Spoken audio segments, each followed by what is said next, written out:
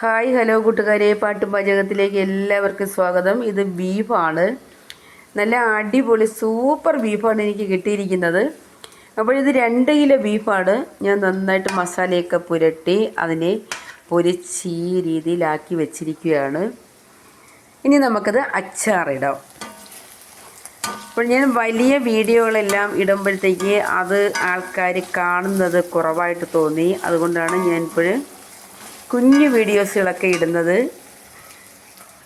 അപ്പോൾ ഈ ബീഫിൽ മസാലക്കൂട്ടുകളെന്ന് പറഞ്ഞാൽ മുളക് പൊടി, കുരുമുളക് പൊടി, മഞ്ഞൾപ്പൊടി, ഉപ്പ്, കായപ്പൊടി, ഇങ്ങനെ കുറച്ച് സംഭവങ്ങളാണ് ഇതിലേക്ക് നമ്മൾ ചേർത്ത് നന്നായിട്ട് പുരട്ടി ഞവടി റെഡിയാക്കി വെച്ച് അതിനെ പൊരിച്ചെടുത്തിരിക്കുന്നത്. പൊരിക്കുമ്പോൾ ഒരുപാട് വെള്ളം ഇതിൽ നിന്ന് ഊറി ഇറങ്ങാറുണ്ട്.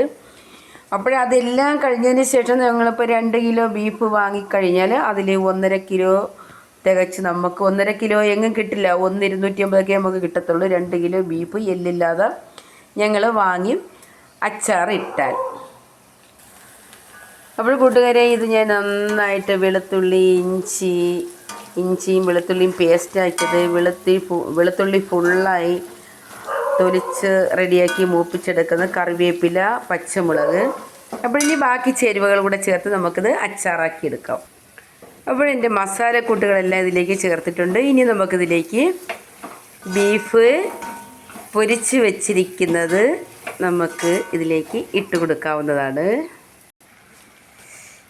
അങ്ങനെ ഞാൻ എൻ്റെ ബീഫ് ഹായ് ഹലോ കൂട്ടുകാരെ, നമ്മുടെ ബീഫ് അച്ചാറ് റെഡിയായിക്കൊണ്ടിരിക്കുകയാണ്.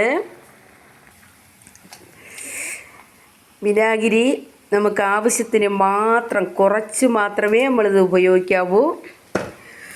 എൻ്റെ ബീഫ് അച്ചാറ് കണ്ടു എല്ലാവരും, അടിപൊളി സെറ്റായിട്ടുണ്ട്.